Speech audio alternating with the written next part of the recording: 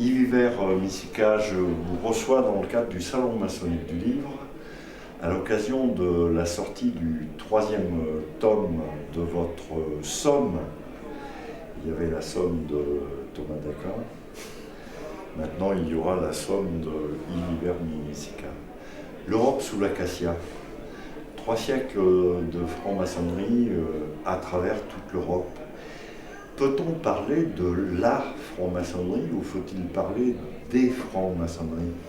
Alors on peut parler des deux, dans le sens où il y a une constante, un discours, un corpus qui est commun, forcément, et puis ensuite il y a des adaptations dans le temps et dans l'espace, parfois avec des variantes très importantes, tant et si bien qu'aujourd'hui, quand on demande de définir la franc-maçonnerie, il faudrait toujours demander où et quand. Alors on va commencer par ce qui rassemble ces francs-maçonneries. Quel est le corpus de base, le et ou les valeurs qui rassemblent les francs-maçonneries en Europe? Le corpus, c'est de croire que la société et l'être humain est améliorable. C'est un postulat, parce que ce n'est pas scientifiquement démontrable. Ça, je pense que c'est partagé par tout le monde, quelle que soit la manière. Alors après, peut-être les deux grands courants, certains ont tendance à privilégier le travail sur soi, d'autres ont tendance à privilégier le travail dans la cité. Mais d'une certaine manière, à la fin, il y a la construction d'un temple, c'est-à-dire d'une cité idéale, la Jérusalem céleste sur terre, ou une cité idéale telle que l'ont rêvé des utopistes au XIXe siècle. Et je crois que c'est le méliorisme qui rassemble les maçons. Le tout, bien entendu, dans un discours humaniste qui est hérité à la fois de celui de la Renaissance, mais également aussi de celui des Lumières. Sur ce point-là, on peut dire que tous les maçons, peu ou prou, partagent le même discours. On a l'habitude de dire que la franc-maçonnerie est issue de l'esprit des Lumières, mais pourtant tous les hauts grades de tous les rites de la franc-maçonnerie sont imprégnés d'illuminisme en fait. Oui, ça c'est une erreur de dire qu'elle est de l'esprit des Lumières. La maçonnerie est à la fois la fille des Lumières et de l'illuminisme. Si on ne comprend pas ça, on ne comprend pas la maçonnerie. Les lumières maçonniques sont de deux natures, qu'on peut retrouver au niveau philosophique. C'est les lumières philosophiques, mais c'est aussi les lumières philosophiques, on pourrait dire philosophales. Ça, c'est quelque chose de tout à fait classique. Lumière et illuminisme. J'ose pas dire ombre et lumière ou noir et blanc, mais c'est un peu la même chose.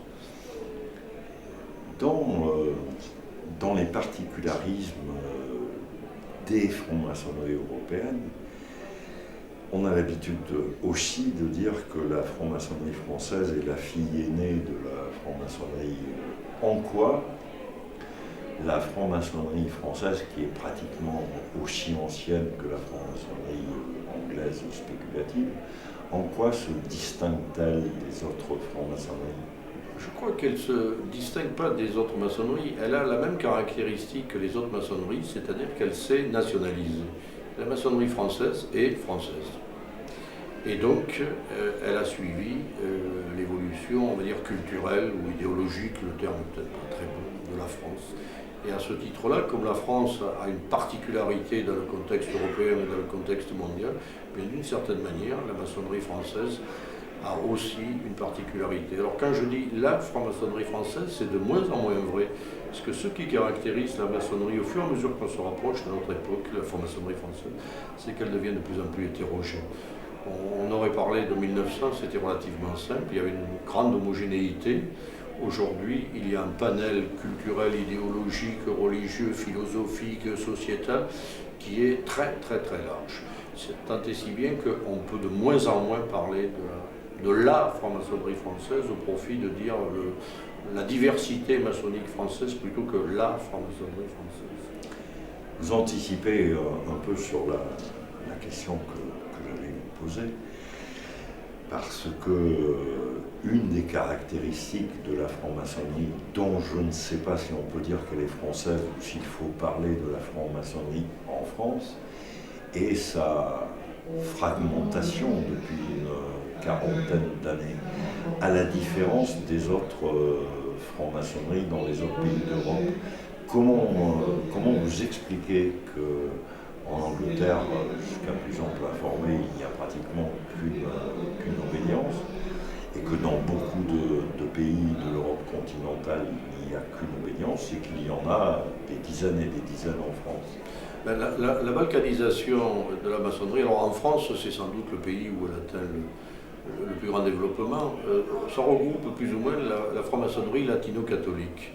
Alors que les autres, c'est le monde, on va dire, anglo-saxon protestant. Ben, vous savez, en Suède, il y a un grand syndicat, il y a quelques grands partis politiques, il y a donc une grande obédience. En France, il y a une multitude syndicale, politique, culturelle, associative, il y a donc une multitude de formes d'associations maçonniques. D'une certaine manière, là aussi, la franc-maçonnerie française est à l'image de la société française. Mais j'ajoute quelque chose qui a peut-être accentué le phénomène. D'abord, c'est la présence de sœurs qui est relativement importante. La France est le pays où la maçonnerie féminine est la plus importante après la Belgique. Donc ça a accentué le panel. La deuxième chose, c'est que la maçonnerie française une partie de la maçonnerie française a des particularités qui ne se retrouvent pas ailleurs. Donc une partie des maçons français, finalement, ont pris comme modèle d'autres pays. Et ayant d'autres modèles, ils se sont rajoutés. Le résultat fait qu'aujourd'hui, on est entre une quinzaine d'obédiences historiques et puis entre 200 ou 300 obédiences dont il n'est pas toujours facile de savoir ce qu'elles représentent. Et c'est un phénomène très typiquement français, mais la diaspora française se retrouve à peu près partout. On retrouverait ça au niveau politique, par exemple. Vous avez déjà écrit 3 tomes de l'Europe sous l'acacia. Bientôt va paraître le 4e tome qui aborde le présent de la franc-maçonnerie. Tome dont j'imagine que pour l'historien, il est sans doute le plus difficile à écrire. Alors je sais bien que les historiens s'intéressent plutôt au passé qu'à l'avenir, mais finalement le passé doit éclairer l'avenir. Comment voyez-vous l'évolution de la franc-maçonnerie, tant au niveau européen qu'au niveau français dans les décennies? Alors, premièrement, la recherche en maçonnerie a fait de gros progrès dans le sens où c'est vrai que ce sont les historiens qui ont déblayé le terrain, mais au fur et à mesure qu'on se rapproche de nous, on est de plus en plus inter- ou pluridisciplinaire. Donc même si je suis de formation historienne, j'essaye de faire appel à un tas d'autres sciences humaines pour essayer d'expliquer le phénomène. Alors, la question d'aujourd'hui est extrêmement difficile parce que la maçonnerie en Europe, on pourrait dire dans le monde, mais puisque le sujet est en Europe, est parcourue par des phénomènes contradictoires. La question, c'est de savoir si ces phénomènes contradictoires vont continuer ou s'ils vont s'arrêter ou s'ils vont se modifier. On peut dire, pour faire simple, que la maçonnerie latino-méditerranéenne a tendance à être en expansion et la maçonnerie de l'Europe du Nord et du Nord-Est a tendance à stagner, voire à reculer.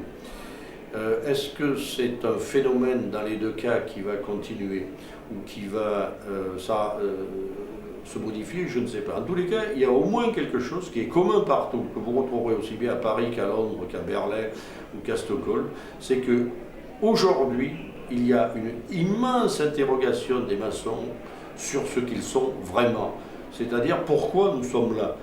Aussi bien pour ceux qui ont des difficultés, j'allais dire, à recruter, que pour ceux qui recrutent. Parce que dans les deux cas, ça leur pose problème.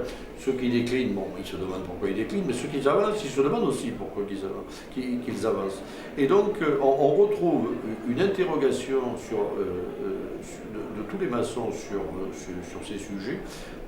Qu'est-ce que nous sommes? Qu'est-ce que nous faisons? Où nous allons? Et ça se retrouve aussi dans le fait que les contacts au niveau de la recherche maintenant sont très facilités, sont relativement facilités. Nous avons des tas d'échanges de toute nature entre tous les gens qui travaillent sur la maçonnerie, à cause justement de cette interrogation, parce que à la fois les chercheurs d'une part et les maçons d'autre part se posent la question de savoir qu'est-ce que la maçonnerie aujourd'hui et vers quoi va-t-elle. Je ne sais pas vers quoi elle va aller, mais elle sera sans doute quelque chose qui devra répondre à la fois à un double phénomène qui fait que la maçonnerie est à la fois bien placée et mal placée, qui est de celui de résoudre le problème de l'individualisation qui caractérise la société d'aujourd'hui, mais aussi la mondialisation. Et d'une certaine manière, une société de tradition, c'est-à-dire une société qui transmet, est une société qui est par définition toujours moderne. Donc si les maçons savent jouer cette tradition-modernité, je pense qu'ils ont un bel avenir devant eux. Sinon, ça restera une vieille dame au bois dormant. Yves Messika, on va laisser la belle au bois dormant dormir, mais à travers vos 3 tomes déjà, vous apportez aux francs-maçons une meilleure connaissance de leur passé, parce qu'il faut dire qu'ils le mythifient souvent. Et ma dernière question sera sur ce point-là.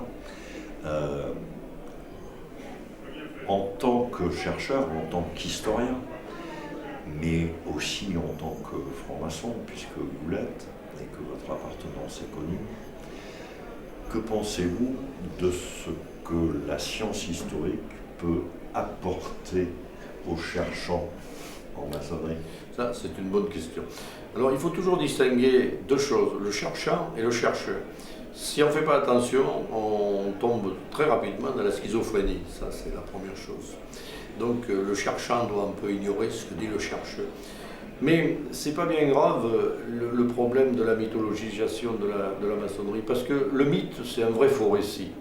Et un vrai faux récit, c'est aussi un récit qui est vrai, même quand il est faux. C'est un mensonge qui dit la vérité. C'est un mensonge qui dit, oui, on peut dire ça comme ça. Donc d'une certaine manière, toutes les sociétés, notamment, parce que le mythe c'est quelque chose qui légitime une structure. Donc que n'ait gagné la bataille de Valmy ou qu'on n'ait pas gagné la bataille de Valmy, que Clovis ait été baptisé d'une certaine manière ou pas, c'est pas bien grave, puisque de toute manière, dans la mémoire collective, c'est comme ça que ça s'est passé. Donc pour prendre un exemple qui touche les maçons, qu'en 1717 il ne se soit pas passé grand-chose, c'est pas bien grave, puisqu'en 1717 il s'est passé la création de la première grande loge de Londres. Dans la mémoire collective, 100 ans. Mais d'une certaine manière, dans la mémoire collective, c'est vrai, puisque c'est ce que les maçons, d'une certaine manière, croient, même s'ils savent que d'une certaine manière, c'est pas vrai non plus. Mais c'est le problème du mythe. Et c'est à ce titre-là que le mythe est irremplaçable et qu'on ne le réduira jamais à la raison raisonnante. C'est le mythe maçonnique, c'est le récit national que certains politiques veulent, oui, mais veulent réhabiliter. Mais oui, mais d'une certaine manière, nous avions, la Troisième République avait un vrai faux récit qui a commencé avec nos ancêtres les Gaulois, qui est une mystification d'une certaine manière, puisqu'on sait que du côté du Rhin aujourd'hui, c'est à peu près les mêmes populations, mais il n'empêche que tout le monde répète, et que notre héros national c'est Astérix. Donc je répète, nos héros dont on sait, ou notre mythologie dont on sait qu'elle est par ailleurs pas toujours très vraie, et même parfois on sait que c'est des faux grossiers, c'est pas bien grave, puisque de toute manière ça contribue à notre construction. Voilà. Merci Yves Messika. Je rappelle donc qu'il y a déjà 3 tomes de l'Europe sous l'acacia qui sont parus aux éditions d'Hervy. Et le prochain va paraître dans quelques mois. Merci. Printemps 2017.